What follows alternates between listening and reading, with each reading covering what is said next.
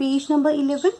It was extremely rich and prosperous. Alexander next expressed his wish to conquer India, but his commander-in-chief warned him that it was not going to be easy for him to conquer India. Alexander ने अगली बार भारत की ओर जीतने की इच्छा व्यक्त की, लेकिन उनके कमांडर-इन-चीफ ने उन्हें चेतावनी दी कि भारत को जीतना उनके लिए आसान नहीं होगा. Alexander's commander-in-chief pointed out to him that the Ganrajya in India were governed by the people themselves. The people were highly self-respected and heroic. It was difficult to conquer them. Alexander के commander in chief ने बताया कि भारत के गणराज्य जो स्वयं द्वारा शासित थे, उन पर वो क्या थे, वो अत्यधिक और अभिमानी थे. ठीक है, पर उन्हें जीतना मुश्किल था. Alexander was not be deterred by all this. He marched towards India with a large army. He conquered all the territory on his way to India. He finally arrived at the bank of Sindhu river.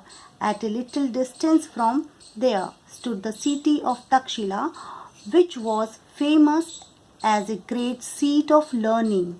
Takshila was the gateway to India. Alexander pitched his camp here and sent a message to the states lying beyond the Sindhu river to surrender to him.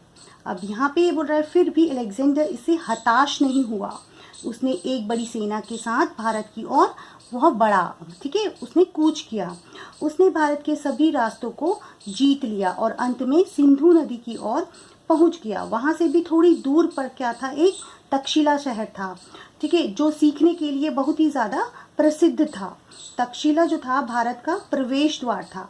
Alexander ने वहां अपना डेरा जमा लिया था और ठीक है, उसने क्या किया, संदेश लेके जाते हैं, संदेशवाहक के जरिए वहाँ के राजाओं के राजा को आत्मसमर्पण करने को कहा.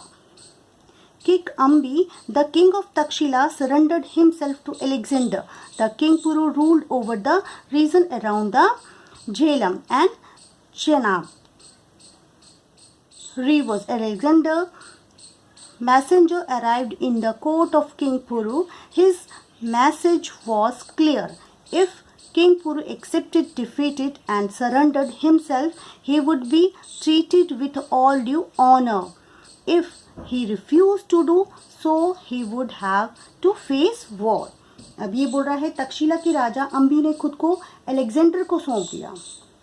ठीक है, सौंप दिया. राजा पुरु ने झेलम और चिनाव जो नदियों के आसपास के जो क्षेत्रों पर उसने क्या कर लिया, प्रशासन भी कर लिया.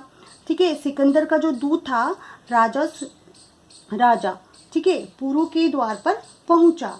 उनका संदेश स्पष्ट था, क्लियर था कि राजा पुरु ने हार स्वीकार कर ली और खुद को आत्मसमर्पण कर लिया, तो उन्हें क्या होगा, पूरा का पूरा सम्मान दिया जाएगा. ठीक है, वो ये बोल रहे हैं. Messenger said king Puru, we are ready for war. अब वो ऐसे बोलते हैं, ठीक है, और ऐसा करने के लिए क्या किया, ऐसा करने से उन्होंने मना कर दिया, तो उन्हें क्या करना पड़ा, युद्ध का सामना होगा. ठीक है, ऐसा करना मना कर देंगे तो क्या करना पड़ेगा, उन्हें युद्ध करना पड़ेगा.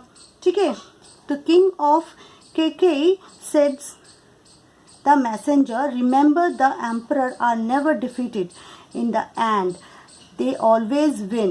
You are taking up a great challenge. We care less for victory or defeat. We prefer to die rather than surrender ourselves. अब ये बोल रहे हैं कि राजा पुरु ने कहा कि हम युद्ध के लिए तैयार हैं. कैकेयी के जो राजा हैं, कैकेयी के राजा दूत ने कहा कि याद रखिए कि सम्राटों को भी हराया नहीं जाता. ठीक है, सम्राट कभी हराए नहीं जाते, वो हमेशा क्या होते हैं, जीतते हैं. ठीक है, आप एक बड़ी चुनौती ले रहे हैं.